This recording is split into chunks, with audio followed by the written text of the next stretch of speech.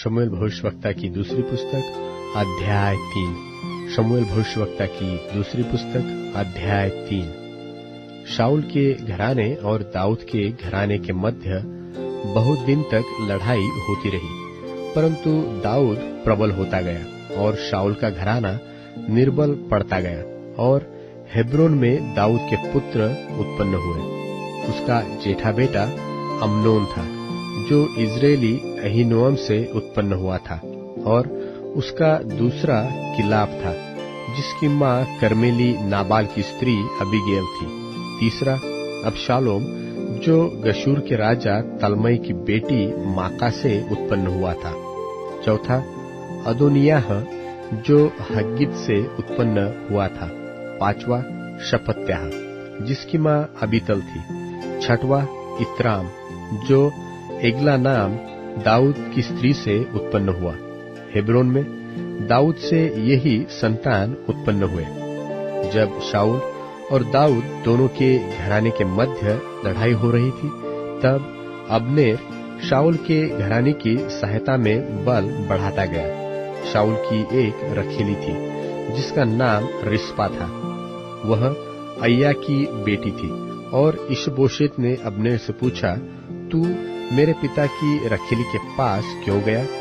इशबोशेत की बातों के कारण अब्नेर अति क्रोधित होकर कहने लगा, क्या मैं यहूदा के कुत्ते का सिर हूँ? आज तक मैं तेरे पिता शाऊल के घराने और उसके भाइयों और मित्रों को प्रीति दिखाता आया हूँ, और तुझे दाऊद के हाथ पड़ने नहीं दिया। फिर तू अब मुझ पर उस स्त्री के विषय में दोष लगाता है। यदि मैं दाऊद के साथ परमेश्वर की शपथ के अनुसार बर्ताव न करूं, तो परमेश्वर अब्नेर से वैसा ही वरन उससे भी अधिक करे, अर्थात मैं राज्य को शाऊल के घराने से छीनूंगा और दाऊद की राजगद्दी दान से लेकर बर्शेबा तक इस्राएल और यहूदा के ऊपर स्थिर करूंगा। और वह अब्नेर को कोई उत्तर न दे सका, इसलिए कि वह उससे डरता था। तब अब्नेर ने उसके नाम से दाऊद के पास दूतों से कहला भेजा कि देश किसका है, और यह भी कहला भेजा कि तू मेरे साथ वाचा बांध, और मैं तेरी सहायता करूंगा कि समस्त इस्राएल के मन तेरी ओर फेर दूं। दाऊद ने कहा, भला मैं तेरे साथ वाचा तो बांधूंगा, परंतु एक बात मैं तुझसे चाहता हूँ कि जब तू मुझसे भेंट करने आए, तब यदि तू पहले शाऊल की बेटी मीकल को न ले आए, तो मुझसे भेंट न होगी। फिर दाऊद ने शाऊल के पुत्र इशबोशेत के पास दूतों से यह कहला भेजा कि मेरी पत्नी मीकल, जिसे मैंने 100 पलिश्तियों की खलड़ियां देकर अपनी कर लिया था, उसको मुझे दे दे। तब इशबोशेत ने लोगों को भेजकर उसे लैश के पुत्र पलतीएल के पास से छीन लिया, और उसका पति उसके साथ चला और बहुरीम तक उसके पीछे रोता हुआ चला गया। तब अब्नेर ने उससे कहा, लौट जा, और वह लौट गया। और अब्नेर ने इस्राएल के पुरनियों के संग इस प्रकार की बातचीत की कि पहले तो तुम लोग चाहते थे कि दाऊद तुम्हारे ऊपर राजा हो, अब वैसा करो, क्योंकि यहोवा ने दाऊद के विषय में यह कहा है कि अपने दास दाऊद के द्वारा मैं अपनी प्रजा इस्राएल को पलिश्तियों वरन उसके सब शत्रुओं के हाथों से छुड़ाऊंगा। फिर अब्नेर ने बिन्यामीन से भी बातें की। तब अब्नेर हेब्रोन को चला गया और इस्राएल और बिन्यामीन के समस्त घराने को जो कुछ अच्छा लगा वह दाऊद को सुनाए। तब अब्नेर 20 पुरुष संग लेकर हेब्रोन में आया, और दाऊद ने उसके और उसके संगी पुरुषों के लिए जेवनार की। तब अब्नेर ने दाऊद से कहा, मैं उठ कर जाऊंगा और अपने प्रभु राजा के पास सब इस्राएल को इकट्ठा करूंगा कि वे तेरे साथ वाचा बांधे और तू अपनी इच्छा के अनुसार राज्य कर सके। तब दाऊद ने अब्नेर को विदा किया और वह कुशल से चला गया। तब दाऊद के कई एक जन योआब समेत कहीं चढ़ाई करके बहुत सी लूट लिए हुए आ गए, और अब्नेर दाऊद के पास हेब्रोन में न था, क्योंकि उसने उसको विदा कर दिया था और वह कुशल से चला गया था।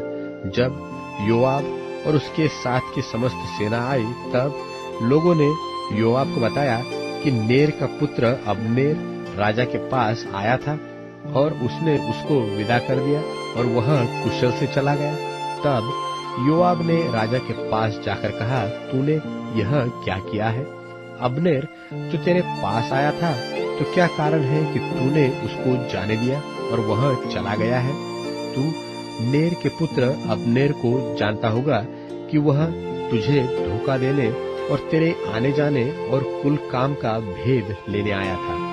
योआब ने दाऊद के पास से निकलकर दाऊद के अनजाने अब्नेर के पीछे दूत भेजे और वे उसको सीरा नाम कुंड से लौटा ले आए। जब अब्नेर हेब्रोन को लौटाया, तब योआब उससे एकांत में बातें करने के लिए उसको फाटक के भीतर अलग ले गया और वहां अपने भाई असाहेल के खून के पलटे में उसके पेट में ऐसा मारा कि वह मर गया।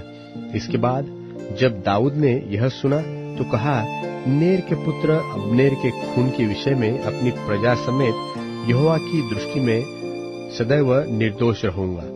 वह योआब और उसके पिता के समस्त घराने को लगे और योआब के वंश में कोई न कोई प्रमेह का रोगी और कोढ़ी और बैसाखी का लगाने वाला और तलवार से खेत आने वाला और भूखों मरने वाला सदा होता रहे। योआब और उसके भाई अबीशै ने अब्नेर को इस कारण घात किया था कि उसने उसके भाई असाहेल को गिबोन में लड़ाई के समय मार डाला था।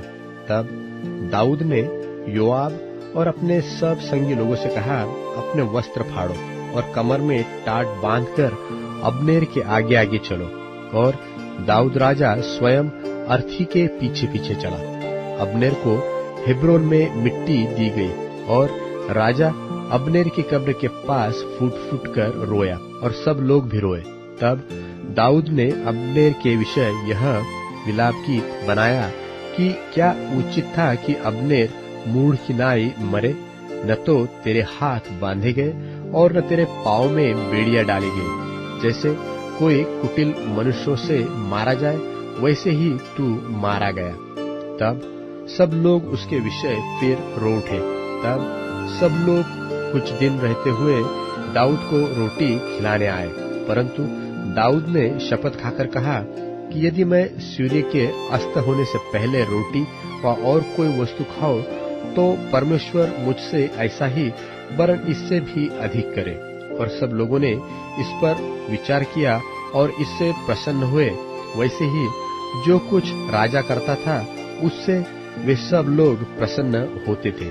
तब उन सब लोगों ने वरन समस्त इस्राएल ने भी उसी दिन जान लिया कि नेर के पुत्र अब्नेर का घात किया जाना राजा की ओर से नहीं हुआ। और राजा ने अपने कर्मचारियों से कहा, क्या तुम लोग नहीं जानते कि इस्राएल में आज के दिन एक प्रधान और प्रतापी मनुष्य मरा है? और यद्यपि मैं अभिषिक्त राजा हूँ, तो भी आज निर्बल हूँ और वे सरूयाह के पुत्र मुझसे अधिक प्रचंड हैं। परंतु यहोवा बुराई करने वाले को उसकी बुराई के अनुसार ही पलटा दे।